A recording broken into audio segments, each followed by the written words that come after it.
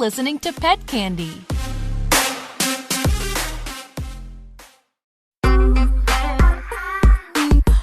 Well, good afternoon, bees and queens. This is Caitlin Palmer, the host of this new show, also called Bees and Queens. We all love our pets, and sometimes we're a little bit eccentric about that, and that's okay. Let's talk about it. Today, I am so excited to welcome my first guests from outside of the United States. Who better than the doctors Alison and Audrey Shen, the Aussie twins. Both have been veterinarians for 15 years. They went through school together. They opened their first own purpose-built vet hospital a few years after graduation. They sold that hospital 9 years later and launched Aussie Mobile Vet, a unique mobile vet service in Sydney that brings the consult room to the client. They even have an onboard pharmacy, lab, and consult setup, first of its kind in Australia. They launched 21 Scrubs in 2021 with fashion guru and friend Rebecca Lau.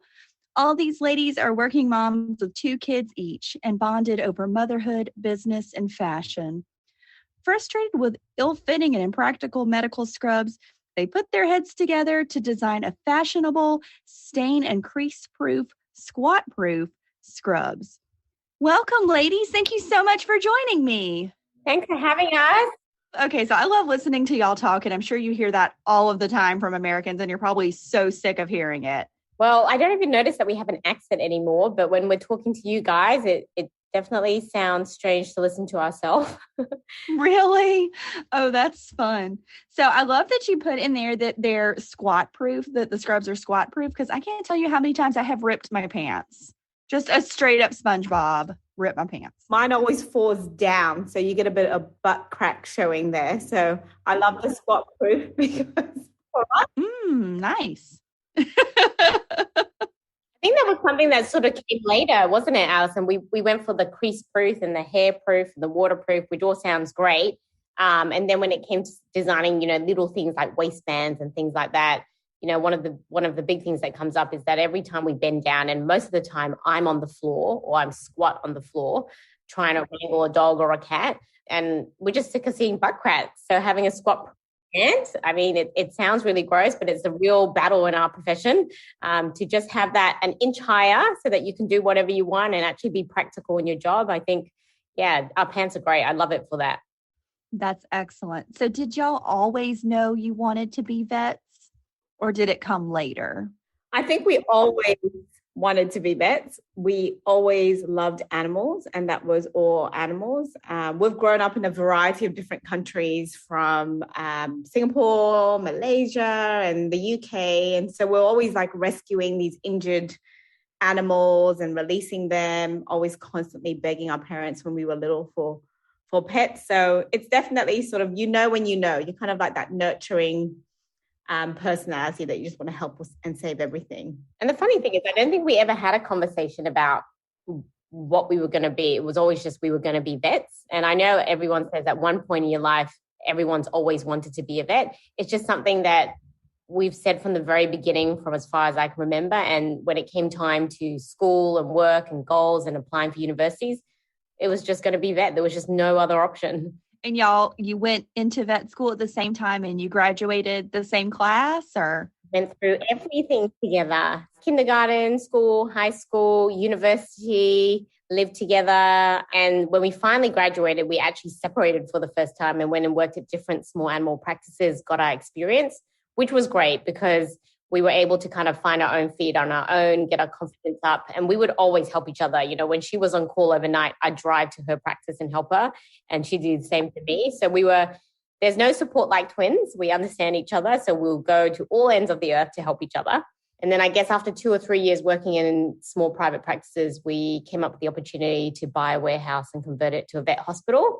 And it was a big step because we were still reasonably new graddy, but we always had this strong want to be business owners. So we set that up together, and having both of us as support people for each other, that was great. And so, it just all fell into place. Timing and having both of us doing things together is just great. And we even had our first kids together. Well, 4 weeks apart? 4 weeks. We were pregnant at the same time. They're 4 weeks apart exactly. We have so many photos of us setting up the hospital together. And then I think it was only like a couple of months afterwards, Alison found out she was pregnant, totally unplanned. And then at the time I was like, hey, I think I might be pregnant as well. And so 4 weeks later, I confirmed it. So we literally have pictures of us standing back to back, looking, the same even when we were having kids. We had the same obstetrician. They were born 4 weeks apart. So our kids grew up together like brother and sister as well. So very twins. Did y'all ever switch places? Maybe. A very non-committal maybe, right? Not anymore. In our younger years, we played a trick. I think it's harder now to switch places. But definitely when we were younger, we did a lot of pranking.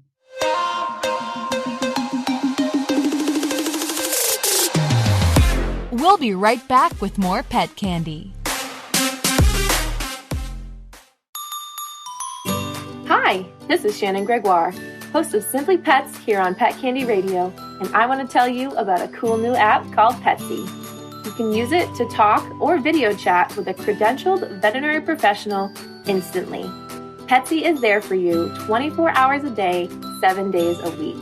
For just $20 a consultation, you can get a peace of mind when it comes to your pet's health.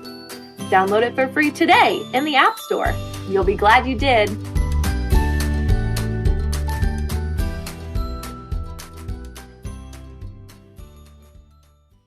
I don't have a twin, and I'm kind of glad there's only one of me because I just don't know that there needs to be any more of me. But I think that if I had a twin, we would do that. We would switch, and it just, yeah.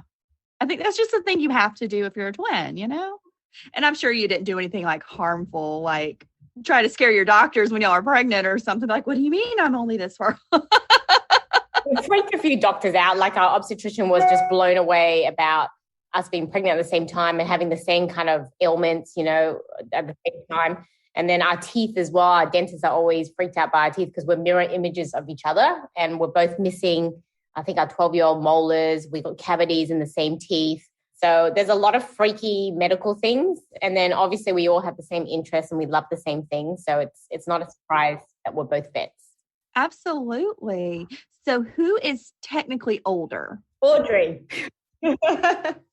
I'm the older one by 1 minute. Dr. Audrey's older. Okay. For anything. Does that ever come up in arguments? Like, I am older than you. We'd never use that one. I don't find it overpowering thing. It's just, that's never come up. So let's talk about Australian animals, because there's all of these memes about like Australia where literally everything tries to kill you, and everything has teeth and is poisonous and is horrible. And personally, I'm low-key obsessed with kangaroos. I think kangaroos are the coolest things ever.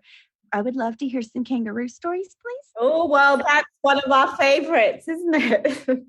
It's a very recent love. I think me and Alison have always been small animal vets. All our businesses are around small animal vets. And then in what we call it, the Black Summer fires, so I think it was 2019, we were actually teaching Future Vet Kids Camp and all the fires were breaking out.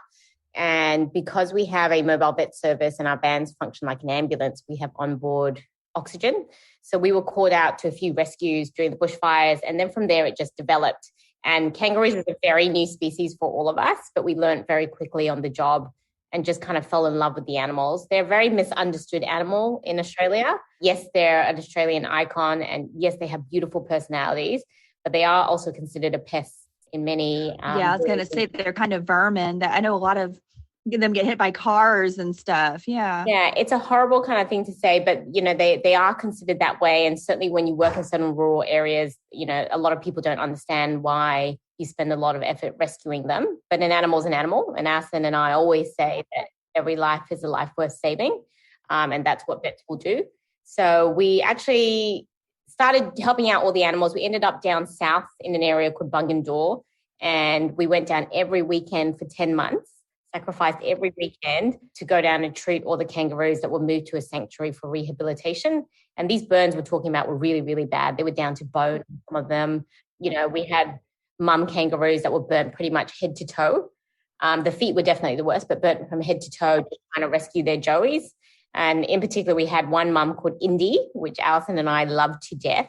And she was burnt, all her ears have got holes through them because she actually ran back through the fire to get a Joey. Yeah. I don't know if you heard about the American firefighters. They were in a plane and they crashed. And they actually crashed near a sanctuary where there were kangaroos. So this whole enclosure set on fire, and Indy's baby was in the enclosure. So she ran through the fires. Her baby jumped into her pouch and she ran back through the fires. So she actually burnt like all areas of her body just running through. Her ears are completely burnt through. There's actually holes now through her ears. Like Swiss cheese. Oh, I love this kangaroo. So she made it. Her Joey's fine. And we released pretty much all of them in October.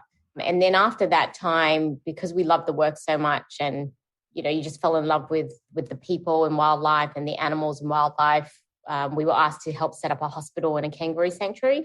So we set that up last Christmas. We got the approval from the vet board. And we pretty much go down now every 4 weeks and do all the wildlife in the area. So I'm actually going down this weekend. And we do something like 22 to 24 procedures over 2 days. It's just hectic because all the wildlife carers come in.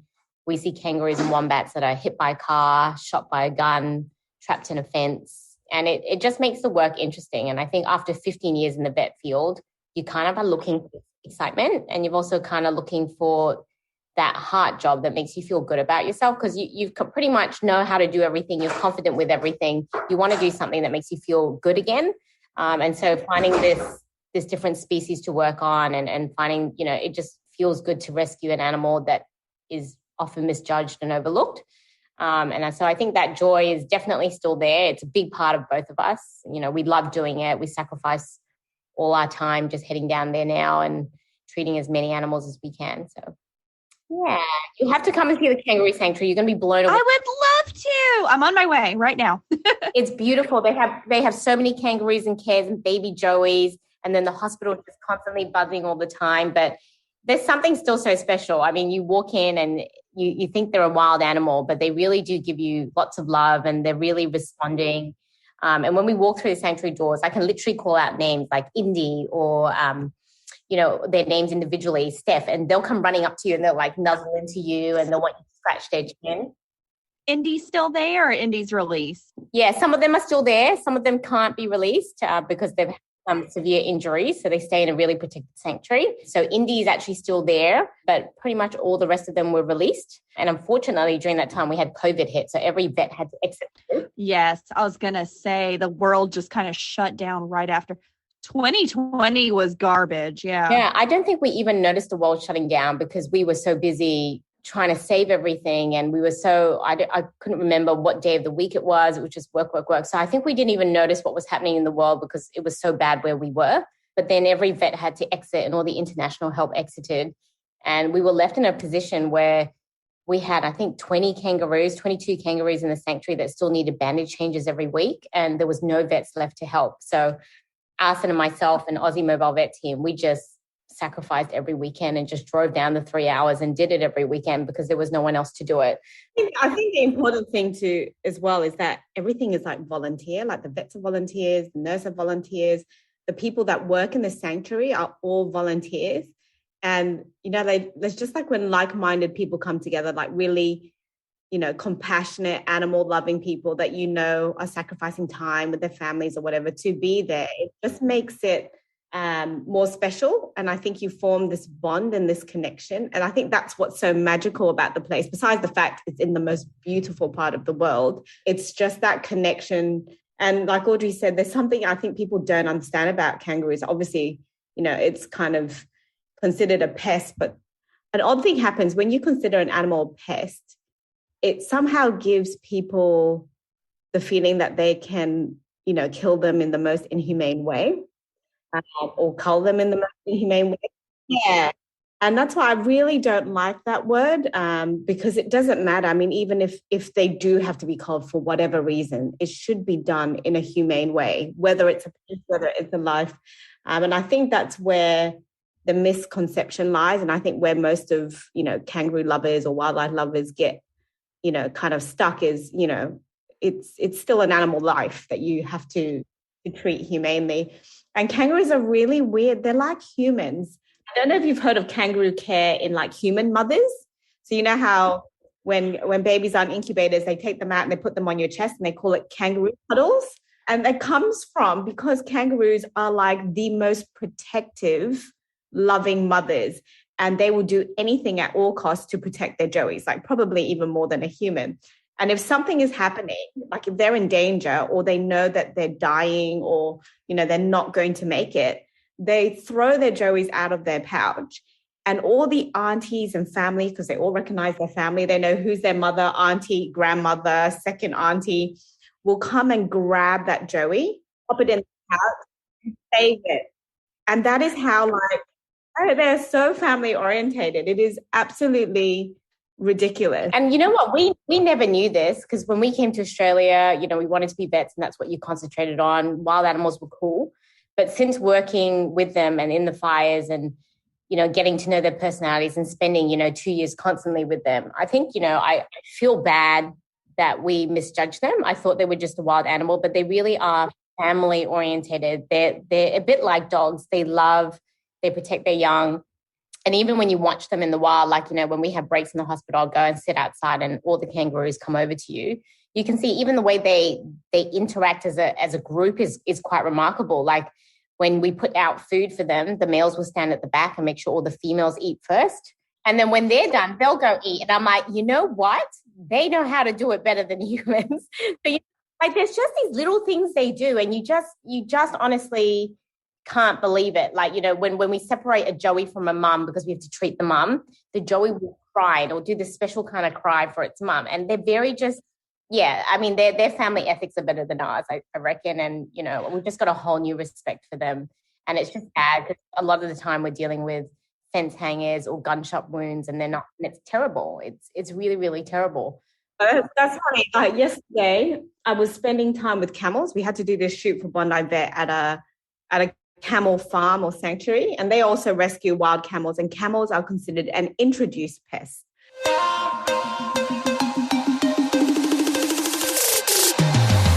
We'll be right back with more pet candy.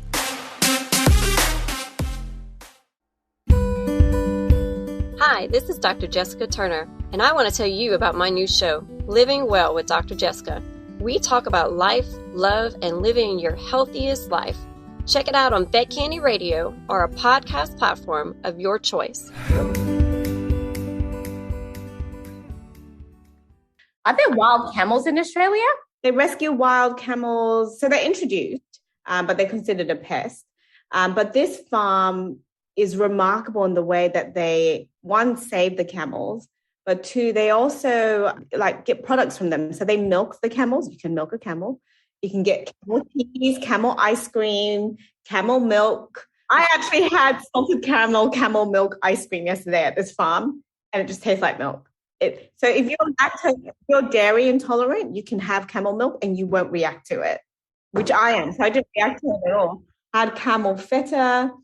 But the most interesting thing about camels is they also recognize that little calves cry. And camels sound like prehistoric dinosaurs. They growl like a dinosaur, and the little baby ones do like baby dinosaur cries. But the mother is so damn protective. Like if they hear their little baby cry, they will charge over. They don't care who's there, and they will protect this little calf till death. They actually, get this, are pregnant for 10 to 15 months. They can also hold their babies inside if the environmental conditions are not great for it to be born yet. So they can hold their babies inside. And like us, they can't produce milk or lactate unless they have a calf next to them. So the calves stay with them for 12 months. Can you imagine breastfeeding for 12 months? How big are they? How fast do camels grow? How big is a 1-year-old camel? Yeah, so they are born at 35 to 40 kilos. They can't feed by themselves, so they have to feed off mum. And generally, they will stay by mum for about 12 months. And then mum will be pregnant again, obviously, because it's a farm that produces milk. And we did get to see a mating. Ooh. Alison sent me some camel porn last time. Wow. I was like, why are you sending me this? And the male camels have this dulla, which is this pouch that comes out of their mouth like a bubble, like a huge bubble, so that they can make this growly groan, which they do with mating. You went from painting a really cute mummy baby picture to now something that I don't want to imagine. There's like camel drool all over the female's head during that. It's absolutely fascinating and gross at the same time. I don't think I'd be able to look away. I think it would be one of those things you're like, oh, that's awful. Oh, that's disgusting. Oh, that's kind of cool. Oh, I hate that. What are they doing? What is coming out of his mouth? Is he supposed to do? I'd be calling y'all dog. Is that for normal? If you've never seen a little bit of animal porn, or you even in the vet field, like, come on, you know? Yes, it's fascinating. It is. So when y'all were doing mobile service, so I guess you didn't really have, well, no, I guess you did have the owners in the room with the pets.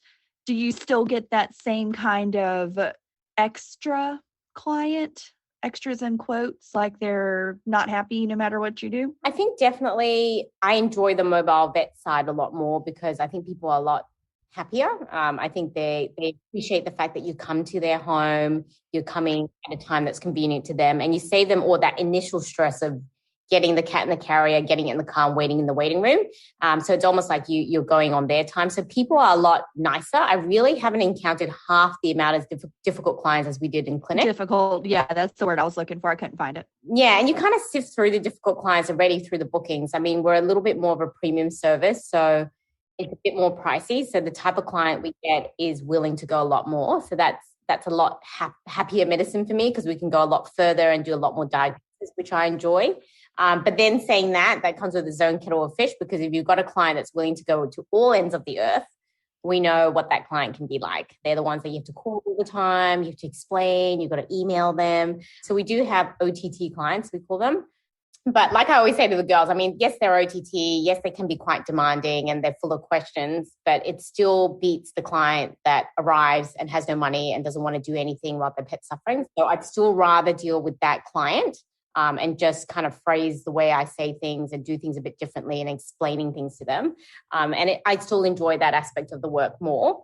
And I guess going into people's houses and going to their home, you get to meet the whole family, and people kind of change their perspective of you. Yes, you're the professional vet, but you're also Auntie Audrey or Auntie Alison. And they always want to give you a cup of tea. We get a lot more gifts at Christmas. You know, you almost feel like kind of like the distant auntie that they use for their pets. So I really, really enjoy that aspect. It's a huge difference to working in a clinic. Oh, that gives me warm fuzzies. That's so sweet. Yeah, it's warm fuzzies. You know, just the other day, I've been seeing a client now for 7 years. I've watched her little girl grow up. She's a little bit younger than my girl. And we always talked about babies, and she has 7 animals at home. So I'm always there. And the little girl, Lucy, went to had a preschool graduation, and her mum was emailing us to tell us that she was graduating and she wants to be a vet. So Alison and I surprised her at a preschool graduation and went to visit her, and she was just blown away, and she dragged us up on stage and took pictures with her little graduation hat. So things like that. I mean, we've got clients that, you know, you become that close to, and their families love you. And now this little girl's coming to our Future Vet Kids Camp that we run as well. So yeah, it's just, the job is way more enjoyable. It means so much more. And I would not go back to in-clinic after doing this. Yeah, really. That sounds awesome. So y'all stay very, very busy. Do you ever, what do you like to do when you're not working, if you're ever not working? Are any of us ever not working? I like to be a mom when I'm not working. So I've got a 12-year-old and I've got a 3-year-old. It's a big age gap there. So they keep me very, very busy. The 12-year-old female is definitely a lot of attitude and a lot of work study-wise. And then the 3-year-old's a little boy. So you know what that's like, constant zooming around the house. You know, you never sit still for 2 seconds. There's no such thing as an enjoyable beach day because he's going to drown or right. You got to put him on a leash, huh? He wants to die. I have to basically be on die watch with him. I take him to the park. He's like, he can't walk in a straight line. He's got to jump off every rock. I'm like, it's very shit. He's like, how can I stress mom out today? Yes. Mum struggled to keep you alive, child. So yes, that's what I do on my time off. And then I try and make that time off as fun and relaxing for everybody. So yes. What about you, Dr. Alison? Well, I think I'm a little bit in a different situation, that my kids are slightly older. So I have a 12-year-old, which was our first that we had together. And then I have a 7-year-old. So they're pretty much self-sufficient. They've got past the everyday is a milestone when one of them hasn't injured themselves or tried to kill themselves. There's a family tradition here. Yes. Yeah. So we can do things on a weekend like that. Obviously, there's a lot of sport, but it being in Queensland, the weather is glorious all year round. Like our winter is sunny. Can you not notice sitting in a singlet, brown and tan? Yeah, y'all are both tan and gorgeous. Is it cold there? Oh, it is cold there, isn't it? Storming. So I got sunburnt yesterday with camels, and I got bitten by camel mosquitoes everywhere. Yeah, I'm so itchy. It's unbelievable. So we tend to go to the beach, be by the ocean. You know how they say about the negative ions is like stress relieving, and they can run and I can just sit there and have my potato in my picnic basket and be semi-fine. So we like to do that sort of things, but we're quite outdoorsy, my family. I think my whole family's got ADHD or something. We cannot sit still. So outdoors is great for us, and that's what we tend to do in our spare time. And as Audrey said, besides everything trying to kill you, Australia is really great for that. Outdoor adventure, sun, sea. Just don't go in the water, because we do have saltwater crocodiles. Great whites are in Australia too, right? Great whites. Great white. We have irukandji. Have you heard of irukandji jellyfish? No. What is that? It's a jellyfish the size of my fingernail that will kill you. And there's a blue ring octopus that can kill you. It's really cute. It's beautiful. Tourists like to pick it up. If you Google it, it's beautiful. You want to pick it up, but it can kill you. We've got blue bottles. They can't really kill you, but they really hurt. You just get really good at negotiating things that can kill you. Right. You have to in Australia. Yeah. And your kids are always trying to kill themselves. It's just a constant struggle to survive. That's right. So in my spare time, I try and stay alive. Okay. Aren't we all? Thanks 2020 and COVID. Oh my gosh. Which makes work very interesting when you're a mobile vet, but I was going to say, did business slow down, or was it, because here it was insane. Like everybody got puppies. Yeah. We had the COVID pandemic pet. So I was just venting to Alison this morning going, I'm struggling to breathe. At work, we had the COVID pandemic puppies and kittens. And then we had the rescues. And then we had everyone at home with their pet watching things. So every little ailment they were calling. And then on top of that, you got your palliative care patients. So we were just bombarded. Like I was saying today, my next available appointment's in 3 weeks. And if anybody is a really good client, I literally have to work overtime to fit them in. So it's a bit of a crazy time for us. And then obviously amending our protocols to make everybody safe, because we're mobile. So if anybody contact traces us, they're going to be like, where the hell did these girls go? They went to the north, they went to the east, the south, So we don't want to be a mass spreading event. So we have to wear like the full PPE. We were doing pet only for a while, which means that the pet comes into the van and the clients stay outside the van. It's reverse curbside. Yes, reverse curbside. Oh my gosh, I love that. We basically did that. And then now we are allowing one person to van if they're double vaccinated. So, I was saying heads up to my girls, because having to explain the protocols on the phone, I listened to them on the phone going, so we've had an update on our protocol. We are allowing one vaccinated person to the van with their pet. You have to show us a vaccination on arrival. If you're not vaccinated, you have to stay outside the van and we can video. So it's this whole spiel just to book somebody in. And then you've got the 1 or 2 backlashes about not being able to come in. Yeah, and then home euthanasias is another interesting thing that we had to get round during Corona as well. So, yeah, difficult time for everybody, and just trying to stay sane and keep your family safe. So.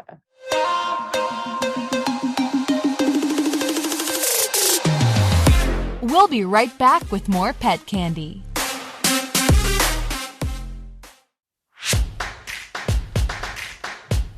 Hey, this is Shannon Gregoire.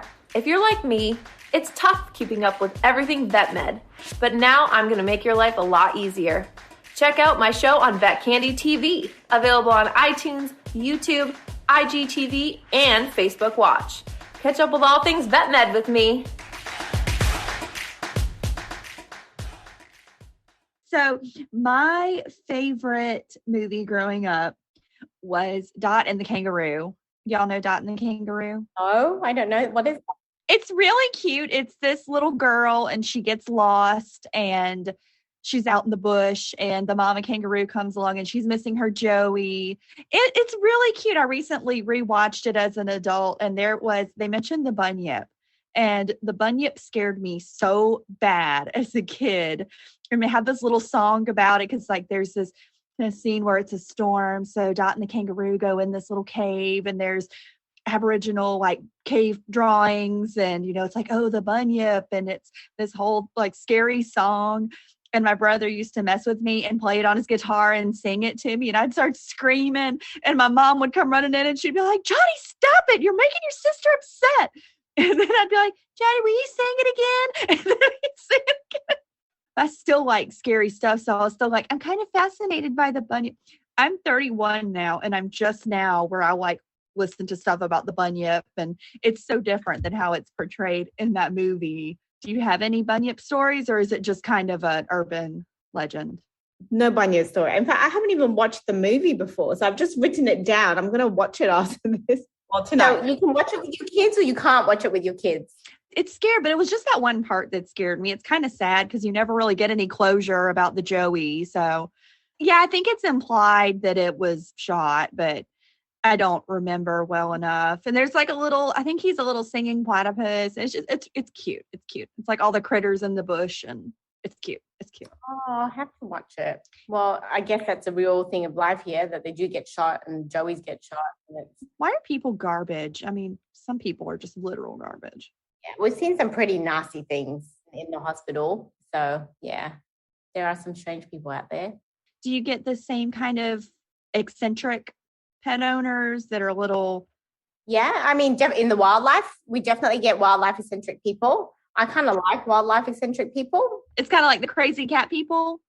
It's like the crazy cat people. And I mean, the only thing eccentric about them is that they'll go to all ends to help their wildlife. And sometimes they're very passionate about it.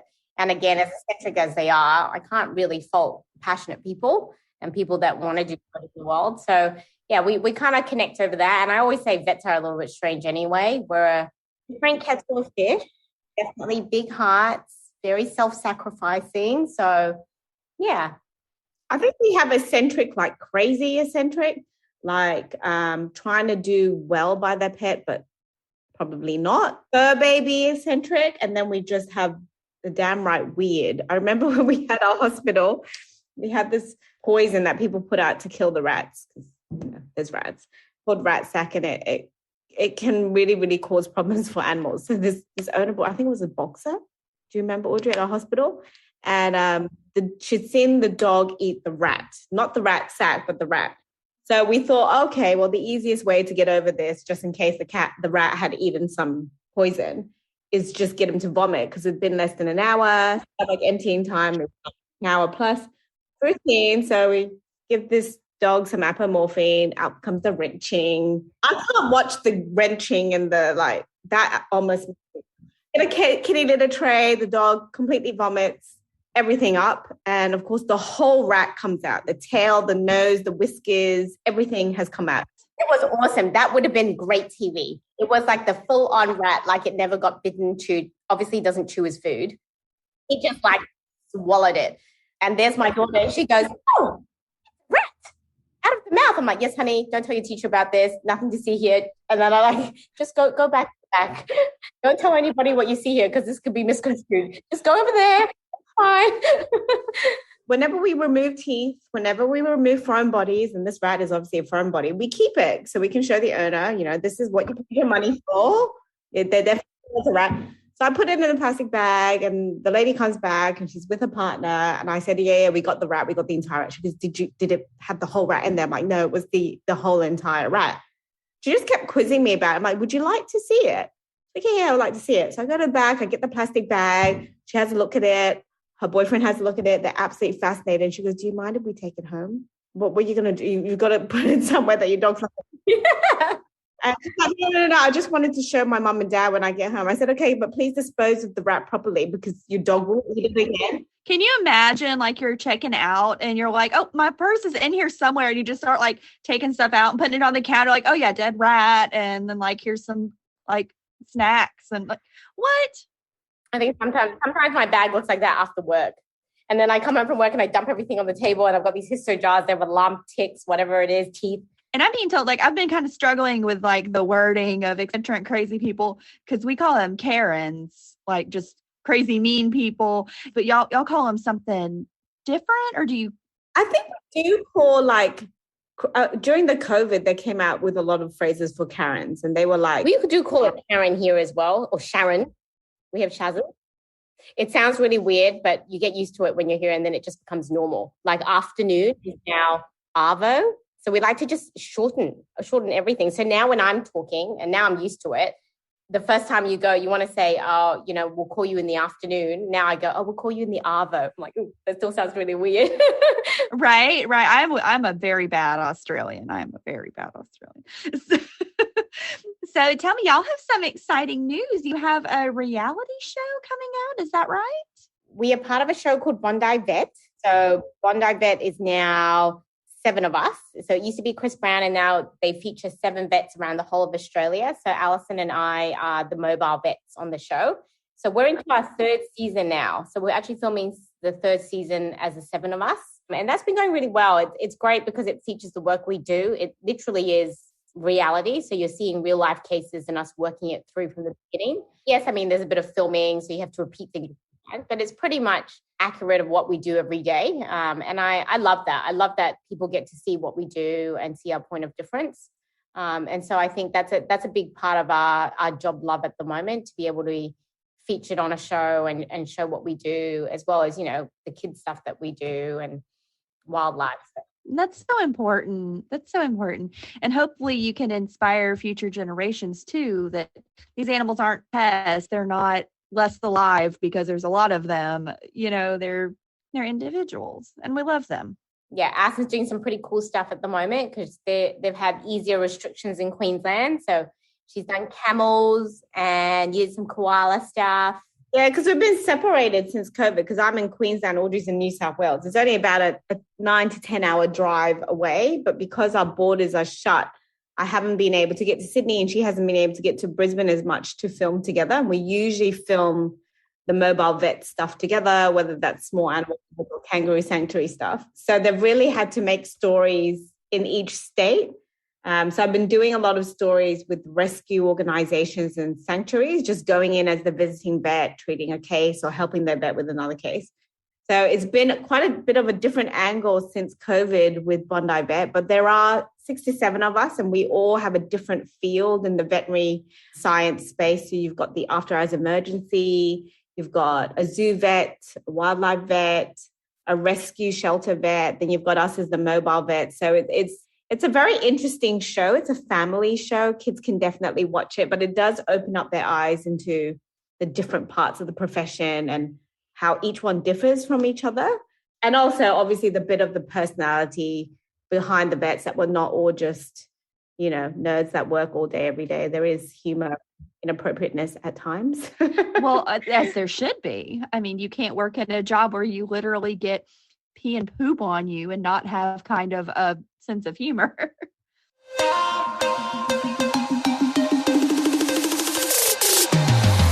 We'll be right back with more pet candy.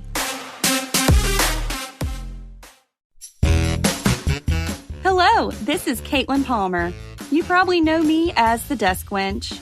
You know, the sweet TikTok receptionist who has to deal with the evil Karen Stevens. Well, if you like that, you are going to love my new podcast, Desk Wench Confessions.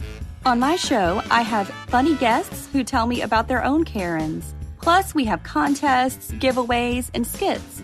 Trust me, you are going to love it. Check it out on a podcast platform of your choice on Vet Candy Radio. Speaking, because we're all very mature and we're all very professionals, this question has been brought to my attention, and I'm so glad we started talking about this. I have it in my notes, and it's in all capital letters. So kangaroos technically have cloacas, right? Mm-hmm. So can they fart? Yes, they can. Because within the cloaca, there is a rectal part and a non-rectal part, and certainly they can. We've actually figured out the best way to measure SpO2 and heart rate with your pulse oximeter is to actually put it through the cloaca on the butt side. And we do get a lot of through that side. Yes, definitely they can get gas. is the answer to your question. And they definitely poo little pellets and pee. Yeah, there are two different tracks there. So yes, gas comes out with the poo occasionally. Although, what about koalas? Koalas can fart too then, right? I would think that they can fart too. And it's quite fascinating. When I was at the sanctuary, they were teaching me how to examine, because obviously you can't touch and feel every wild koala, but you can do a lot of examination from their poo, from aging them, seeing their diet. You know, older koalas have more fibrous poo, so you literally have to like pull the poo apart, and then it's more fibrous and it's more skinnier. You can even sometimes kind of see if it came from a male koala or a female koala. Just fascinating. And wombats have square poo. And then they pile them all up in a little like tower usually, and they're little square. It looks like little ice cubes. Are you for real? That's really a thing they do? They really do square poo. And wombats are the cutest thing. Whenever a wombat comes in, we go crazy. We've had a few baby wombats come to the sanctuary. They've lost their parents, lost their mum, and we raise them pretty much from young. And what they like to do is we take them for walks every afternoon, and they follow you between your feet. So you'll see on our Instagram, there's a few videos of us walking, and the little wombat will be in between our feet going in and out. And if you start running, they start running. You go in zigzags, they go in zigzags. They just follow your feet like they would with mum between their feet. And it really is the cutest thing. They're so sweet when they're young. They do turn naughty when they're teenagers, but when they're young, we put them in little baby carriers as well and walk around the hospital. Oh, can I request a transfer to Australia? Can I come work with y'all? Yes. I was showing my husband a video of wombats, and he's like, we need to get one of those. I was like, no, you can't just get a pet wombat. You do need to get one for a while. Oh my God, they're just the cutest things to raise and to look after. And they're very loving when they're young. When they're older, they're not, but when they're young, very cute. Just like kids, right? Like, come on. Yeah, you know, they go through the cute phase and then they go feral. Yeah. Oh my gosh, you guys are amazing. This is so much fun. Before we go, we need to talk about your scrubs, because these sound like the perfect scrubs. And I'm assuming you don't have to be in the veterinary field to have them. Nurses, other healthcare professionals can benefit from these scrubs. Yeah, we actually had a few hairdressers, dog trainers, dog walkers, like different professions, groomers. We didn't actually think it would be something suitable, but I suppose because they just look like smart professional wear, that you really could just wear them out and no one would know that it was a scrub top or a scrub bottom. But that's the most ironic thing about our profession. I mean, we're professionals as vets. You know, we've got that kind of, we've got to get the public to trust us. You know, we're performing surgeries on their animals, but we dress up in pajamas covered in poo and wee and hair all day. There's the professionalism, but we don't look the part. And I think that's kind of where the scrubs came in. And when we started filming Bondi Vet, we were like, we need to get some better outfits. Like, we literally look like frumpy people on screen. And just watching us in the first couple of seasons, I'm like, nah, we've got to get new outfits. So we started just researching whether we could make our own scrubs.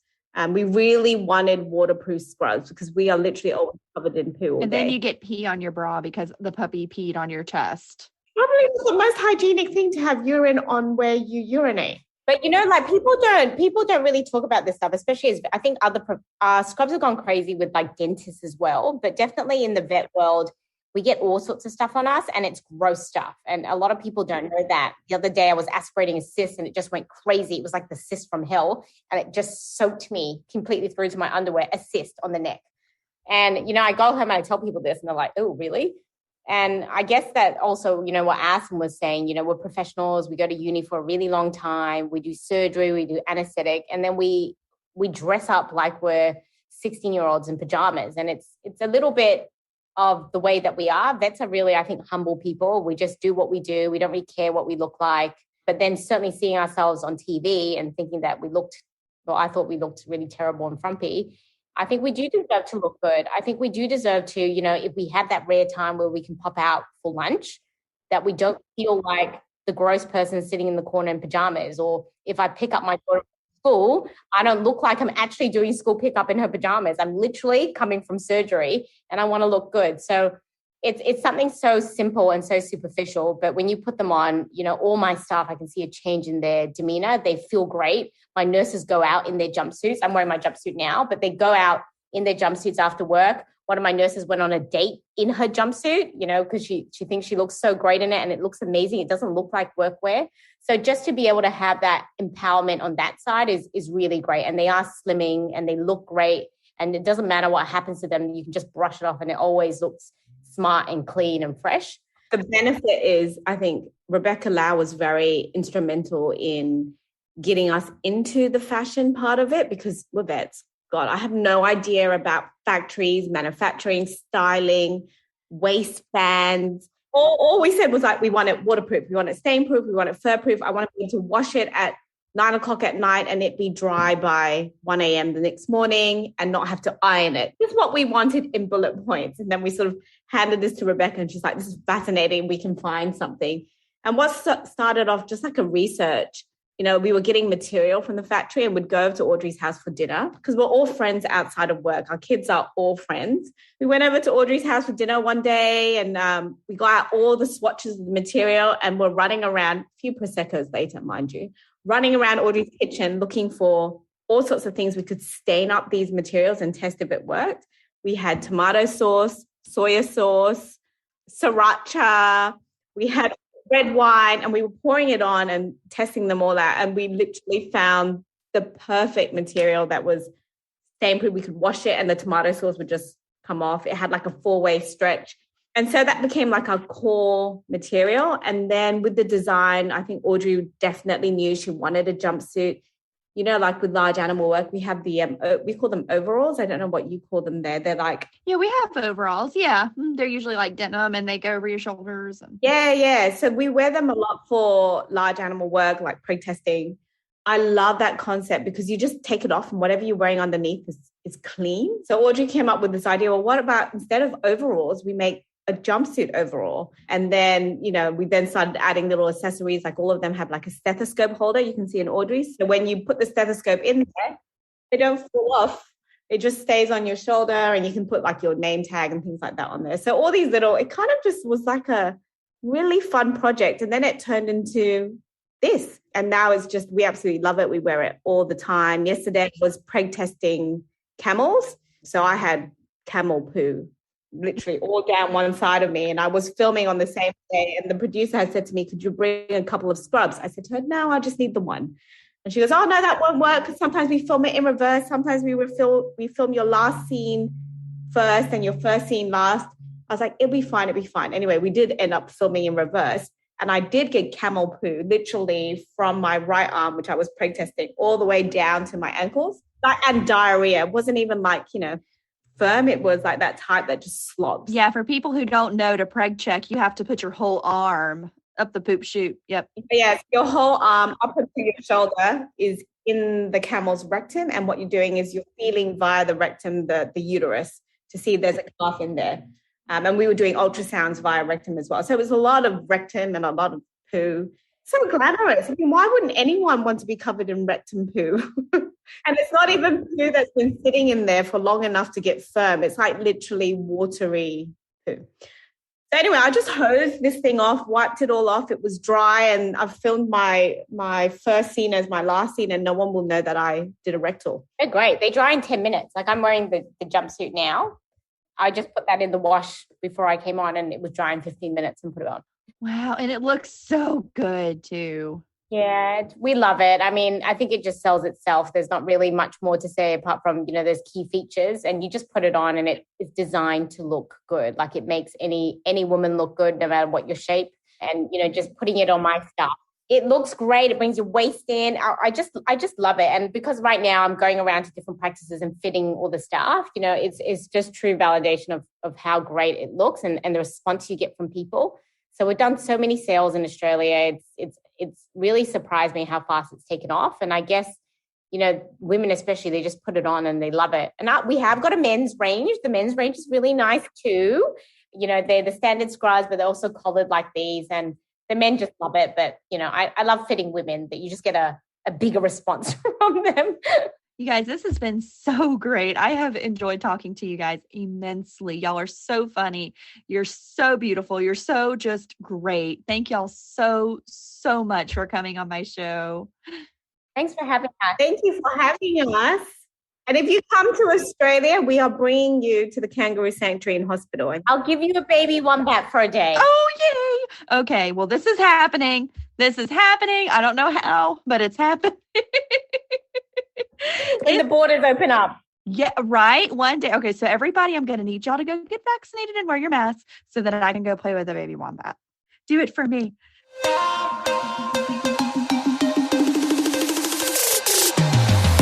We'll be right back with more pet candy.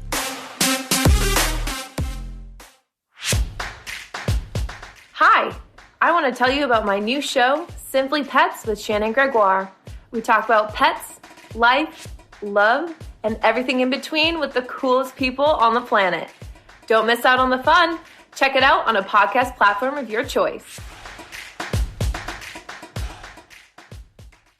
So if our listeners want to check out your show or your scrubs, where can they do that? What are the social media links? Our show is called Bondi Vet. It's on Instagram, Facebook. They also have their own YouTube channel, and it airs in a couple of channels in the US. Don't ask me offhand, but it is over there. So just Google Bondi Vet. I think they're called the Pet Vet Dream Team in the US. Yeah, it's called the Pet Vet Dream Team on CBS. It's BONDI, Bondi, right? Yep, Bondi, like Bondi. And then our scrubs are called 21 Scrubs. And that's just the 21scrubs.com, or they're on Instagram and Facebook as well. Got to take mine out for wash right now and put it on after this. Oh, it's for our US viewers, it's 21, so the number 2, the number 1, scrubs.com.au, because that's Australian. Yep, you don't have to put the .au. I think it still is. It also works if you put .com. Our Instagram is, again, the number 2, the number 1, and then scrubs. And same with our Facebook. Great. And we'll put it in the notes too. So yeah, at 21 Scrubs. So we'll put it in the notes too. So anybody, definitely go check them out. They look phenomenal. Oh, and what about the sanctuary? The sanctuary is called Possum Wood Wildlife. You can see them on Facebook and Instagram. And if you look there, there'll be the link to the website. But Possum Wood Wildlife in Bungendore. Yep. So Possum Wood is one word, POSSUMWOOD, and then wildlife. All right, bees and queens. Well, that's going to wrap it up for me for today. Thank you all so much for listening.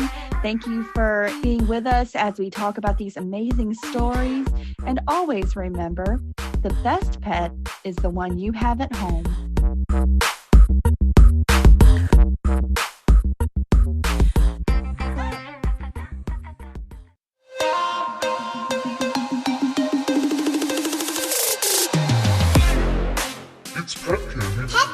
Pet Candy. It's Pet Candy Radio.